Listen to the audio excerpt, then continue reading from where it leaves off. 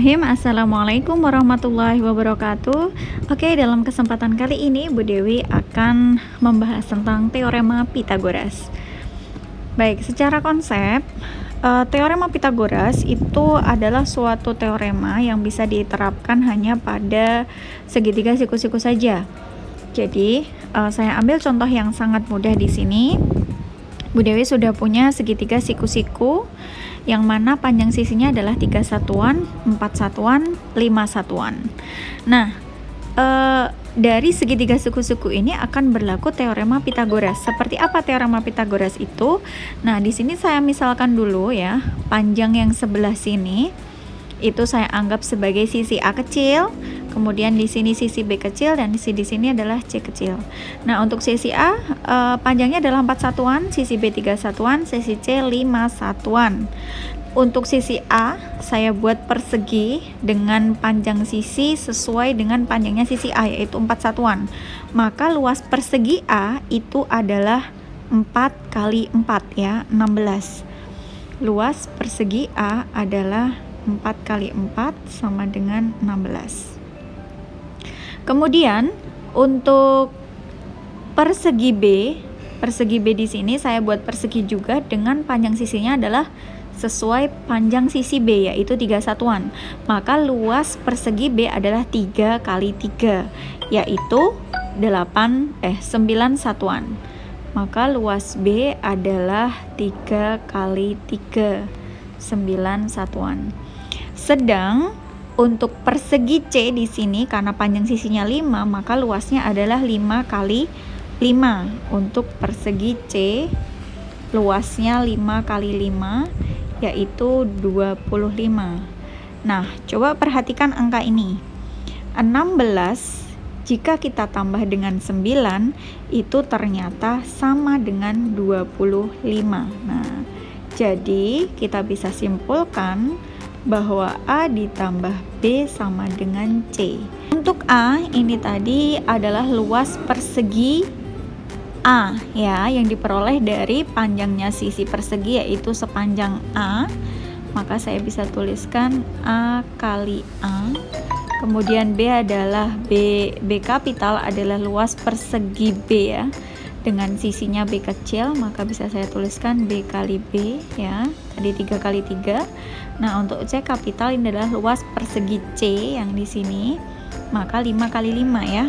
Atau jika kita misalkan tadi panjangnya ini adalah C, maka luasnya adalah C kali C.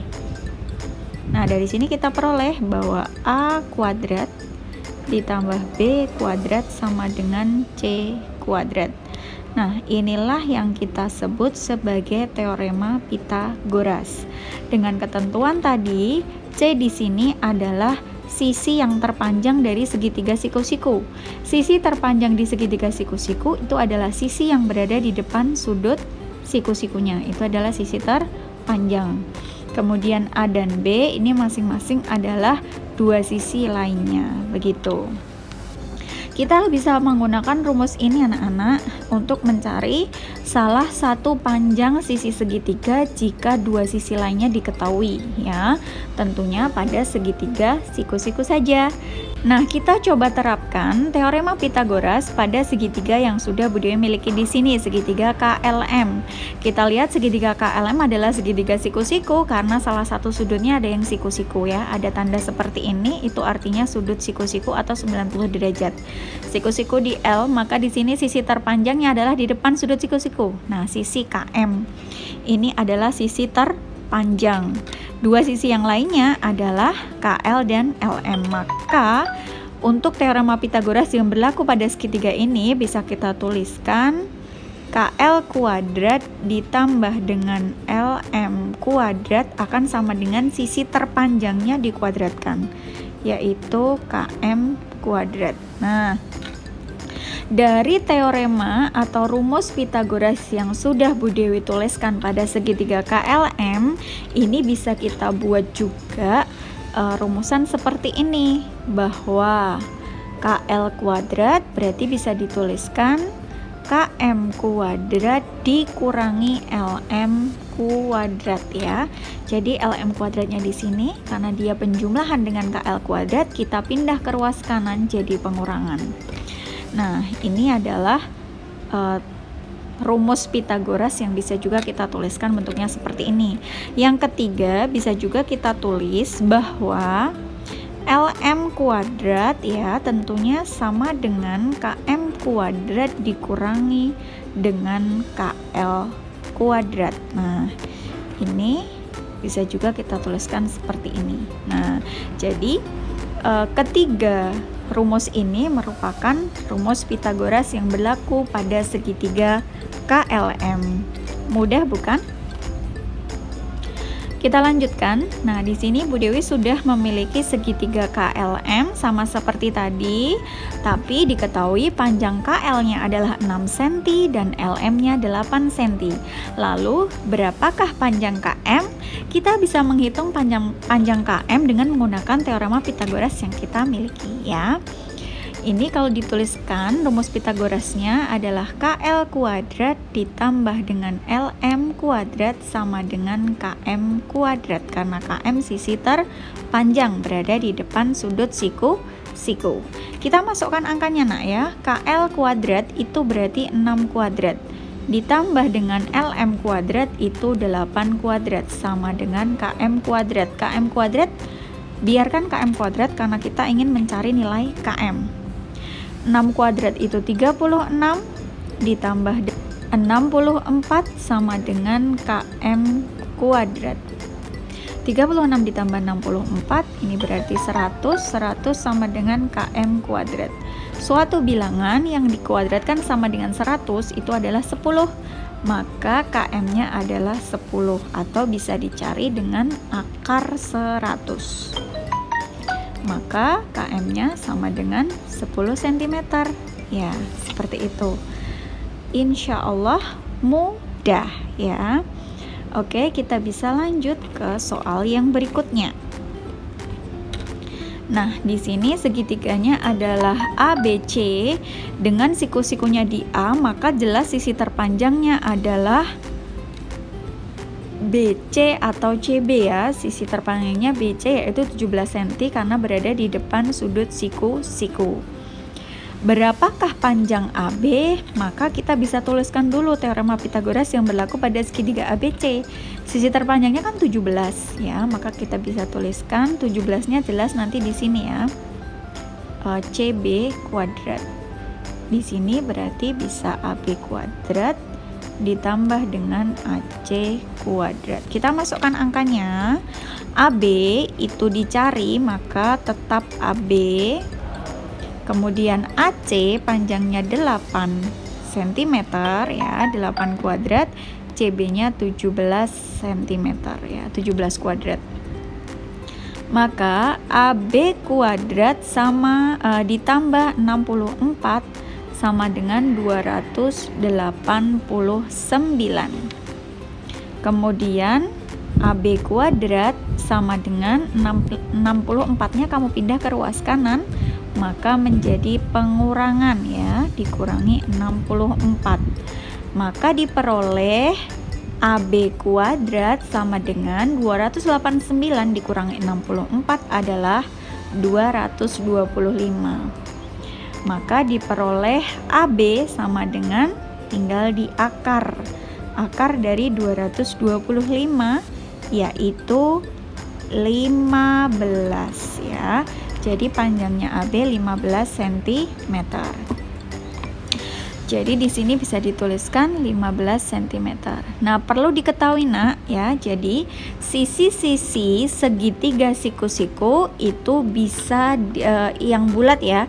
Sisi-sisi segitiga siku-siku yang ketiganya bilangan bulat itu bisa kita sebut sebagai triple Pythagoras ya, atau angka-angka yang mengikuti rumus Pythagoras seperti ini, maka kita bisa sebut sebagai triple Pythagoras ya. Jadi di sini angka 8, 15 dan 17 itu kita sebut sebagai triple Pythagoras ya. Triple Pythagoras itu nggak cuman ini ya.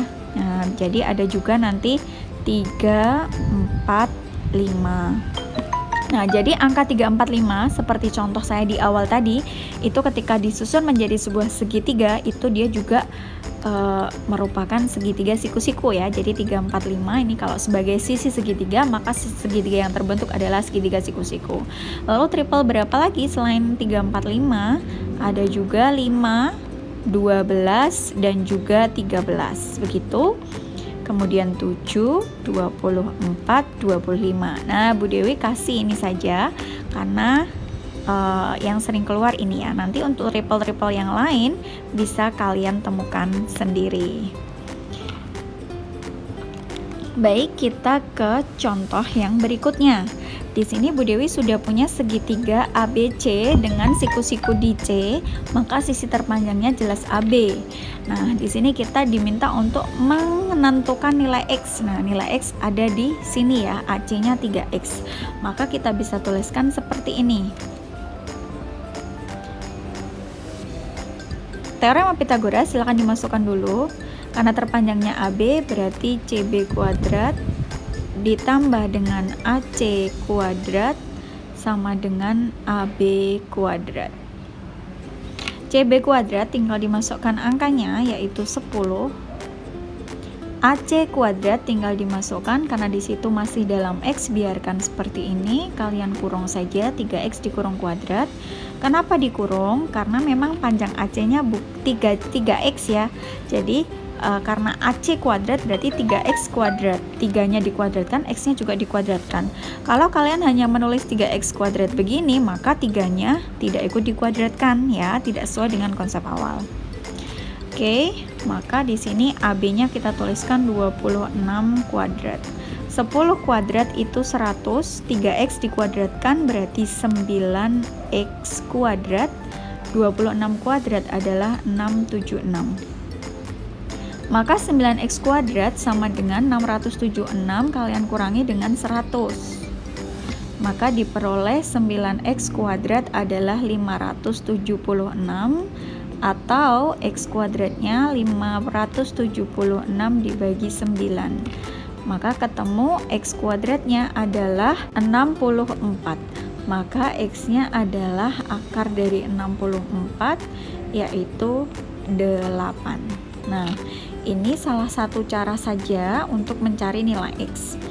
Apakah ada cara lain? Tentu ada, karena Bu Dewi tadi sudah sampaikan ya, kita punya triple Pitagoras yaitu 5, 12, dan 13. Nah, kalian coba perhatikan angka-angka ini, 10 dan 26 itu ternyata bisa diperoleh dari 26 itu 13 kali 2, 10 itu 5 kali 2. Nah, maka angka satunya pasti juga 12 dikali 2 yaitu 24. Nah, jadi pasti panjang AC ini adalah 24. Kalau panjang AC sama dengan 24, padahal AC-nya adalah 3X, kita peroleh 3X sama dengan 24, maka nilai X-nya adalah 24 dibagi 3 atau X sama dengan 8 ya. Sama bukan dengan hitungan kita yang pertama? Nah, jadi caranya bisa dengan cara seperti ini atau bisa juga pakai triple seperti ini. Selanjutnya di sini Bu Dewi sudah punya segitiga siku-siku TRS ya. RST dengan siku-sikunya di R, panjang RS-nya 16 cm dan panjang RT adalah akar 68 cm. Lalu bagaimana cara menentukan panjang ST? Kita juga bisa gunakan teorema Pitagoras di sini. Sisi terpanjangnya adalah sisi di depan sudut siku-siku, yaitu sisi TS ya, atau ST. Maka kita bisa tentukan teorema Pitagoras yang berlaku di sini, atau rumus Pitagorasnya adalah RS kuadrat ditambah dengan RT kuadrat akan sama dengan sisi terpanjangnya yaitu ST kuadrat. RS adalah 16 cm, panjang RT akar 68. Kita kuadratkan sama dengan ST kuadrat. 16 kuadrat itu 256, akar 68 dikuadratkan. Suatu bilangan akar jika dikuadratkan maka dia akan kembali ke bilangan itu sendiri. Jadi akar 68 kuadrat itu sama dengan 68. Sama dengan ST kuadrat. 256 ditambah dengan 68 maka 324.